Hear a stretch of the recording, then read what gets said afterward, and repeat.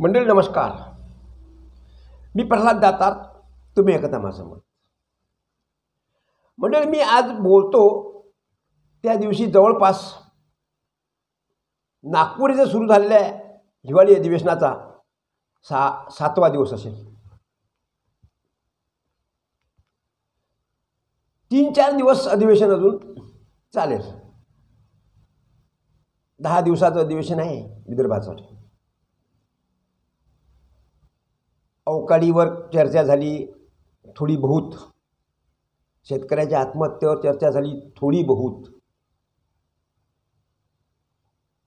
काही आमदारांचे प्रश्न वगैरे विचारले गेले थोडे बहुत, निधीवर चर्चा झाली बऱ्यापैकी,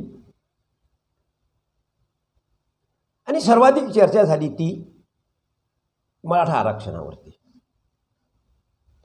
अनेक आमदारांना आपलं मन मोकळं करता आलं. मराठ्यांप्रती आपल्याला असलेलं प्रेम व्यक्त करता आलं, दाखवता आलं. कारण राज्यातील असा एक मतदारसंघ नाही की ज्या मतदारसंघामध्ये कुणबी किंवा मराठा हा मतदार नाही. असे कित्येक मतदारसंघ आहेत 100पेक्षा जास्त की ज्या मतदारसंघामध्ये कुणबी आणि मराठेच मोठ्या संख्येने आहेत आणि त्यांचेच आमदार त्या भागात आहेत. त्यामुळे आपण विधानसभेमध्ये जो 1-2 महिन्यापासून मनोज जरांगे पाटलांनी वणवा पेटवलेला आहे, होम पेटवलेला आहे आरक्षणाचा, आणि आपल्या मुख्यमंत्र्यांनी त्यांना 24 डिसेंबर ही तारीख शिवाजी महाराजांची शपथ घेऊन सांगितलेली आहे की या तारखेच्या आत किंवा या तारखेपर्यंत आमचं सरकार मराठ्यांना आरक्षण देईल, विशेष शब्द दिलेला आहे. आणि मनोज जरांगेंनी तो शब्द कायम करून ठेवलेला आहे, कायम. आणि कायम करून ठेवल्यामुळे जसजसा दिवस जसजसे तास पुढे जात आहेत तसतसं मराठा आरक्षण जवळ येत आहे. आणि यावर काही चर्चा मंत्रिमंडळात झाली पाहिजे. आमदारांच्या भावना याप्रती काय आहेत यासाठी म्हणून याच अधिवेशनामध्ये अनेक आमदारांना बोलतं केलं गेलेलं आहे.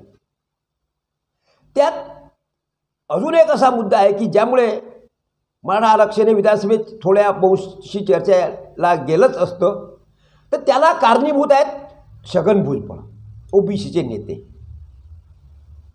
यांनी मनोज जरांगे यांच्या मागणीला, मराठ्याच्या आरक्षणाला विरोध न करता फक्त मराठ्यांना मिळणारं आरक्षण ही ओबीसीतून भेटू नये यासाठी म्हणून ज्या एल्गार सभा त्यांच्या घेतल्या आणि त्या सभेतून मनोज जरांगे आणि मराठा बांधव जे काही अंशी दुःखी झालेले आहेत, त्यामुळे आरक्षण हा आणि त्यावरचा चर्चा यावर मनोज जरांगेंनी केलेली भुजबळांवरची आग पाकळ, एकेऱ्या भाषेत त्यांचा केलेला उल्लेख, त्यांच्या मंत्रिपदात झालेला अवमान, यामुळे मंत्रिमंडळात हा विषय होणार होताच.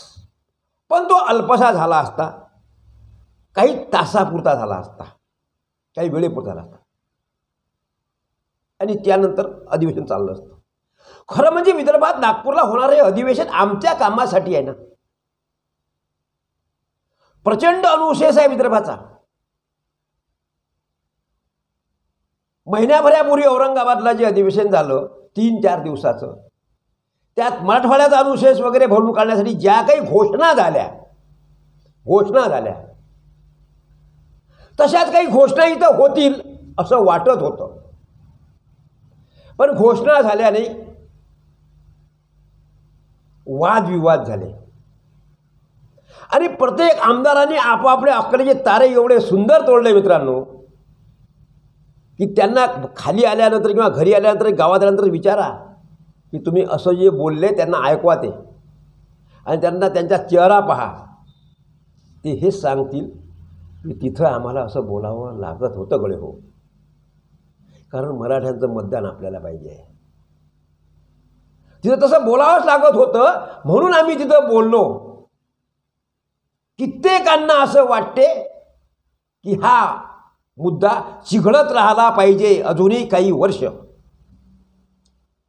अनेकांना वाटते असं काही होऊच नये. कित्येक आमदारांना असं वाटते की मुख्यमंत्री जसे बोलले असतील तर ते अडचणीत आले पाहिजे. कित्येक आमदारांना असं वाटते की छगन भुजबळ जे करतायत तेच बरोबर आहे. अर्ध्या अधिक आमदारांना असं वाटते की हा मुद्दा चिघळत राहिला पाहिजे. विधानसभेच्या बाहेर असणाऱ्या लोकांना वाटते की मराठ्यांना आरक्षण मिळालं पाहिजे, हा मुद्दा कधी थांबला पाहिजे, हे सर्व थांबलं पाहिजे.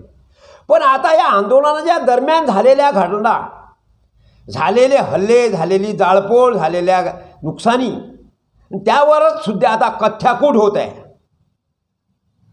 कुण्या आमदारांचं घर जाळलं, कुणाची हॉटेल जाळली, कुणाचं काय नुकसान झालं, याच्यातील आरोपी यांना पकडण्यात गेलं पाहिजे, त्यांना अटक झाली पाहिजे, त्यांच्यावर कारवाई झाली पाहिजे. कित्येक पोलीस अधिकारी निलंबित झाले पाहिजेत. पोलिसांनी काय केलं काय नाही केलं याचा पाळा आता अधिवेशनात वाचला जातो आहे. आणि त्यासाठी SIT हा शब्द आता अधिवेशनात माझ्या माहितीप्रमाणे 4-5 दिवसामध्ये 100 वेळा उद्गारला गेला असेल. अशा SIT किती तयार करणार आहे मित्रांनो सरकार? म्हणजे राज्याचं पोलीस खातं किंवा पोलीस चौकशीवर आता लोकांचा भरोसा नाही. त्या पोलीस चौकशीला दुसरं नाव दिलेलं आहे SIT, स्पेशल इन्व्हेस्टिगेशन टीम. म्हणजे विशेष तपासणी पथक. आता या विशेष तपासणी पथकात काय परदेशातून मंडळी येणार आहे का काही तपासणी, किंवा परक्या राज्यातले अधिकारी पोलीस अधिकारी येणार आहेत काय तपासायला? फक्त एखादा दुसरा अधिकारी त्याच्यात वाढवल्या जाईल. आणि सेवानिवृत्त तर भरपूर आहेत, त्या सेवानिवृत्तांना त्यात घालून दिलं की म्हणजे झाली SIT. अशा SITs आता जवळपास 100 होतील. आता नारायण राणेंच्या चिरंजीवांनी काही मुद्दा विचारला कुठल्या तरी प्रकरणात, कोण्यातरी शिवसेनेच्या एका नेत्याच्या बळगुजर वगैरे काही, त्याचा कुणीतरी कोण्यातरी व्यक्तीच्या सोबत बसताना जेवतानाचा फोटो आहे. याचं राजकारण विधानसभेत चाललं. आणि त्यासाठी म्हणून राज्याचे उपमुख्यमंत्री देवेंद्र फडणवीस सांगतात की त्यासाठी सुद्धा विशेष पोलीस पथक म्हणजे SIT स्थापन करण्यात येईल. एका मुद्द्यासाठी. SIT, CBI, LCB बा काय काय ह्या यंत्रणा आता हळूहळू चर्चेत येत आहेत, त्याचे नावं ऐकायला मिळत आहेत.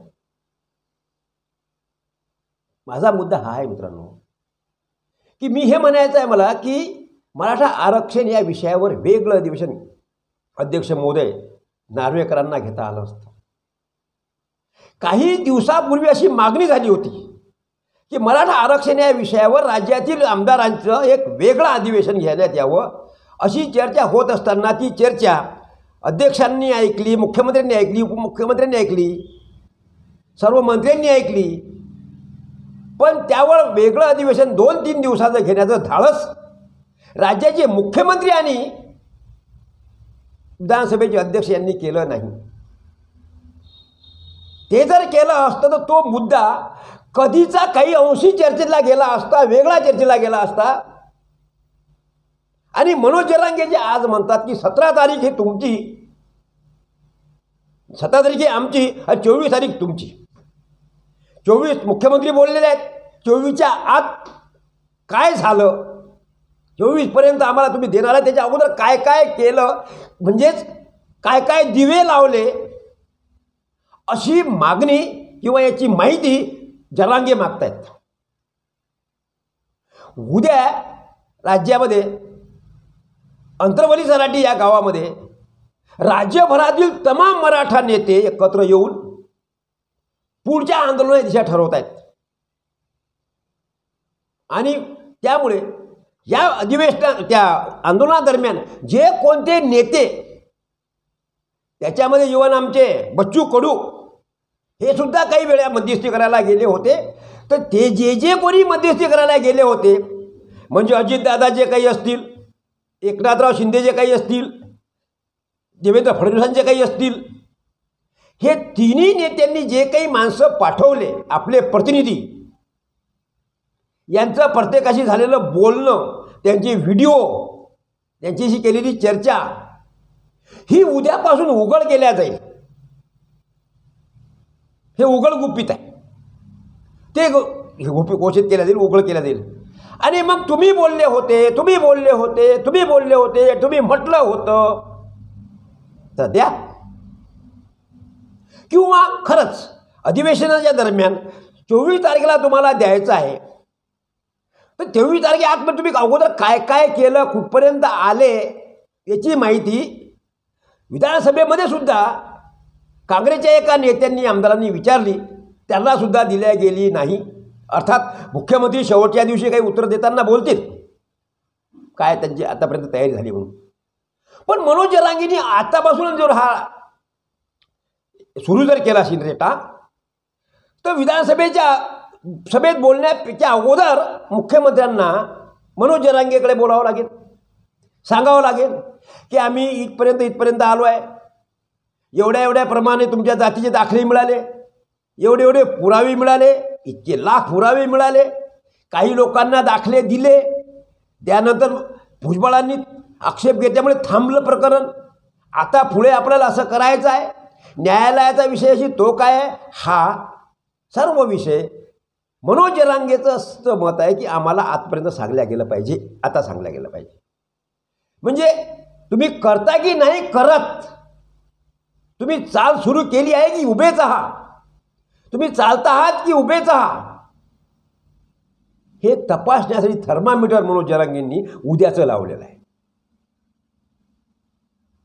मग मी असं म्हणतो की या अगोदर जर स्पेशल विशेष असं अधिवेशन याच विषयावर बोलावलं असतं, तर हे जे तमाम आमदार जे बोलले, आता त्याच्यातही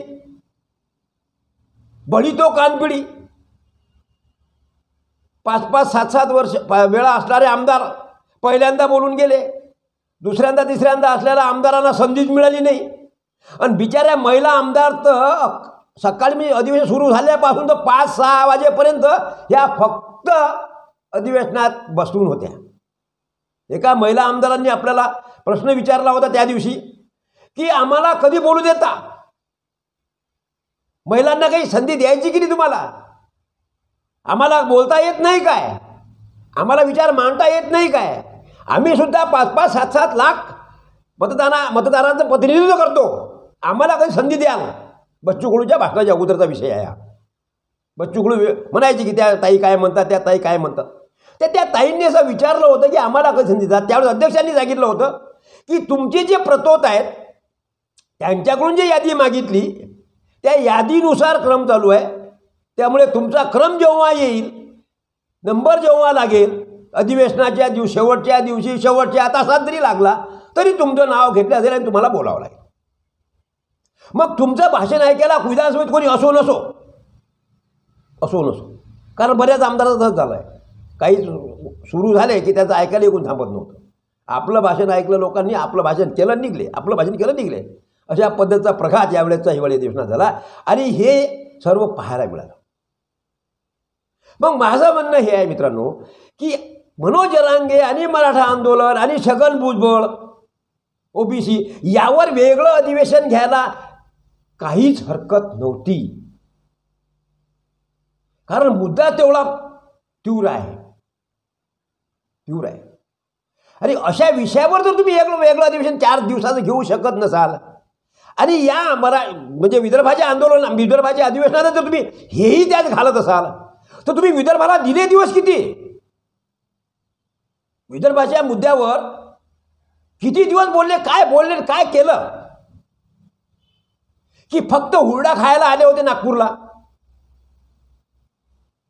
नागपूरचं अधिवेशन म्हणजे हुरडा पार्टीच आहे, हुरडा पार्टीच म्हटलं जाते. की जे मोर्चे येणार होते त्या मोर्चाला फक्त मोर्चे या आम्ही तिथं आलेलो आहे, तुम्ही इकडे या तुमचे मोर्चे घेऊन, मुंबई इकडे न येता इकडे या, यासाठी आलात. याचं उत्तर तिघही लोकांनी मुख्यमंत्री उपमुख्यमंत्री 2 आणि अध्यक्ष महोदयांनी द्यावं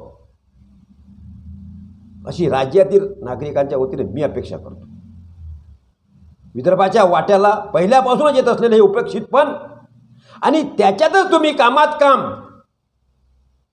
मराठा आरक्षणाचा मुद्दा यात घालून आमच्या विदर्भाच्या वाट्यासाठी येणारे काही दिवस तुम्ही त्या अनुषंगानं कमी केलेले आहेत. त्यामुळे अधिवेशन अजून 5 दिवस वाढवायला पाहिजे असं या व्हिडिओच्या माध्यमातून माझं मत आहे. कारण मराठा आरक्षणासाठी बोललेला जेवढा विषय असेल तेवढे तास असतील तेवढे तास जास्त अधिवेशन पुढे चाललं पाहिजे अशी मागणी माझी या निमित्तानं आहे. मित्रांनो, मी माझं मत व्यक्त केलं. आवडलं लाईक करा, शेअर करा. आता इथं थांबतो. धन्यवाद.